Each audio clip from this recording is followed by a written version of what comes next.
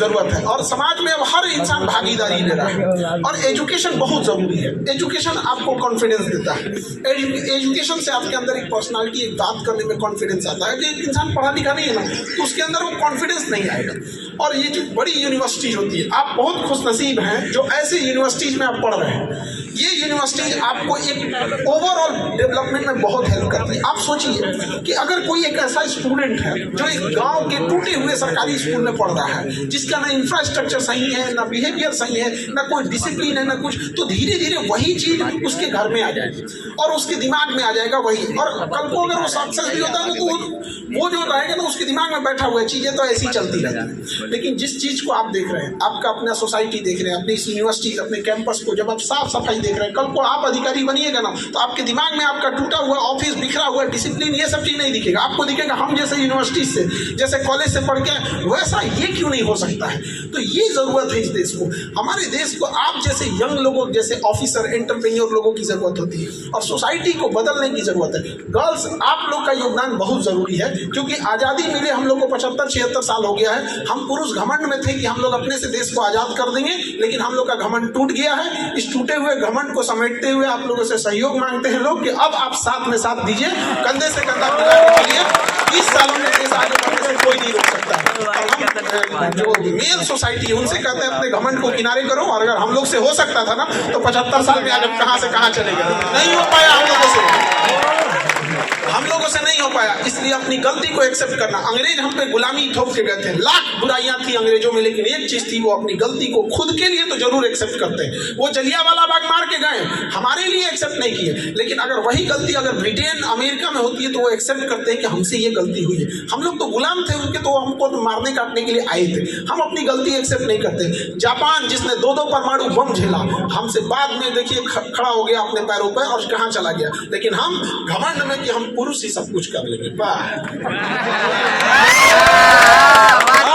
अगर पुरुष प्रधान समाज है तो पुरुष प्रधान समाज को यह स्वीकारना भी पड़ेगा कि आपके फेलियर की वजह से देश आज उतना आगे नहीं जाएगा जितना जाना था। केवल अच्छा में हम,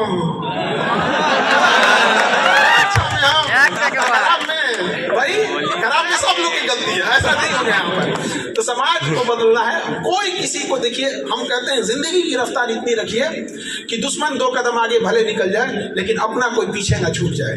तो इसलिए हम लोग को किसी को ये दौड़ नहीं होना चाहिए कि कौन किसी को पीछे करता है। क्यों ना हम सब एक साथ हैं कि चलना तू थोड़ा सा पीछे ही हो गया, हम तेरे साथ चलते हैं और तुम्हें भी कभी अपनी जिंदगी की रेस में कभी पीछे नहीं छोड़ा जाएगा। और ऐसे ही जगहों से समाज बदलता है। और आप यकीन मानिए, हम आपसे यहाँ कह के जा रहे हैं, आने वाले 8-10 साल बाद आप जहाँ भी होंगे, क्योंकि अभी तो शुरुआत करेंगे तो आप छोटे से करेंगे, हम लोग भी शुरुआत छोटे से किए थे। आप मेरी बात याद रखिएगा कि आप लोग भी समाज को बदलते हुए हिस्सा का एक अंग बनेंगे। और आपको ये बात याद आएगी कि 10 साल पहले सर ने भी यही बोला था, तब आपको अभी नहीं लगेगा कि हम लोग क्या कर सकते हैं। तो अभी नहीं लगता है, जब एक गेहूं का दाना होता है रहता है क्या लगता है, लेकिन जब उसी को खेत में बिखेरा जाता है, फिर लहलाती हुई फसल बनती है, तब जाके दिखता है कि नहीं इसने बदल दिया। तो अभी आप कांच है इसलिए चुपते हैं, जिस दिन आईना बनेंगे दुनिया देखेगी।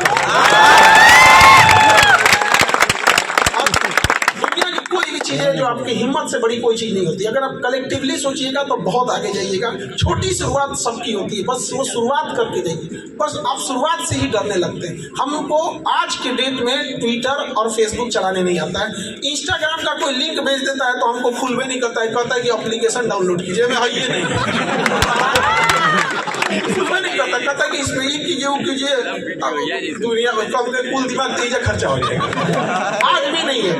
और हमको जब लॉकडाउन लग गया कोरोना के टाइम पे, तो हमारा दिमाग काम करना छोड़ दिया। हम करें कैसे, पढ़ाएंगे कैसे, कुछ अता पता नहीं था। हमको तो ये भी नहीं पता था ना कि माइक यहाँ लगाया जाता है ऑनलाइन पढ़ाने के लिए, तो हम कैमरे के पास वो माइक पर रख दिए। इसलिए लॉकडाउन के शुरुआत में 50-60 वीडियोस आप देखिएगा जिसमें आवाजें अजीब आएगा, बाद में हमको समझ में आएगा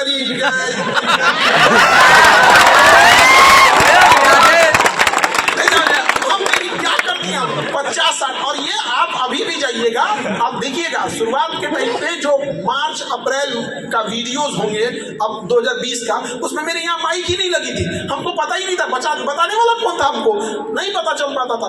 तब जाके हम एक तो माइक खरीदे, तो ऐसा माइक था कि यहीं से यहीं रह जाता था, कैमरा उतना दूर था, हम कहे पगहा बराबर 2 भैंस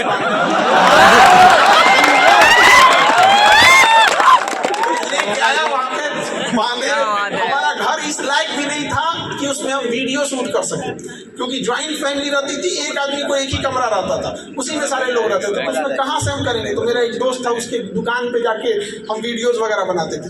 तो वहाँ जाके और वो ना, जैसे यहाँ आपके यहाँ से कैसे ट्रैक गुजर रही है ट्रेन, वो तो ट्रैक तो थोड़ा दूर है ना, उसका दुकान से ना मतलब 100 मीटर भी ट्रैक नहीं था। अगर ट्रेन जाती थी ना इतना डिस्टर्ब कर देता था। और कभी कभी पढ़ाने में क्या होता है, एक लय होता है कि हम समझा रहे हैं, हाँ इसके बाद ये हो गया, तब तक एक तो न्यू ट्रेन कभी कोई बकरी चिल्ला रही है, वहां से हम लोग शुरू किए थे। वहां से आधे घंटे रुकना पड़ा कि वो चिल्लाने न लगे, कुत्ता झगड़ा कर लिया बीच में, डिस्टर्ब होकर आ जाते थे। आज यहाँ भले स्टूडियो में हम लोग पढ़ा देते हैं कि भाई परमाणु बम भी फट गया बाहर, तो स्टूडियो में अंतर नहीं आने वाला, लेकिन शुरुआत कहाँ से हुई थी आप सब समझते हैं। तो नदी जब चलती है तो ये नहीं पूछती है कि समंदर कब आएगा, रास्ते में जो आएगा चीरते हुए चले जाएगा और समंदर तक जाएगा। तो आप भी समझिए, मंजिल कितनी देर रहेगी, कितनी दूर है और रास्ता, क्योंकि रात कितनी भी बड़ी क्यों ना हो, सबो तो एक बार होगा ही होगा।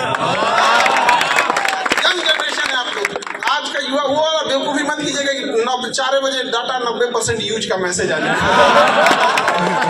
क्या बेवकूफ़ी कर रहे हो, सपने देख रहे भाई, दुनिया को बेवकूफ़ बनाना ना, अपने को कभी बेवकूफ़ मत बनाना, याद रखना। हम ये क्या कहते हैं कि अगर आप टाइम वेस्ट कर रहे हो मोबाइल में, इंस्टाग्राम फेसबुक सब में वेस्ट कर रहे हो, हम ये नहीं कहने आए हैं कि आप मत कीजिए, लेकिन हम ये जरूर कहते हैं कि अपने आप को शीशा में देख के कहिएगा कि तुम अपनी ज़िंदगी खुद बर्बाद कर रहे हो। फिर समस्या तकलीफ कब होती है हमको, आप अपने लाइफ को बर्बाद कर रहे हैं अपने हाथों से, आपको दिया हुआ टाइम अपने हाथ से बर्बाद करते हैं, फिर अपने आप से कहते हैं कि एक दिन हम कामयाब होंगे।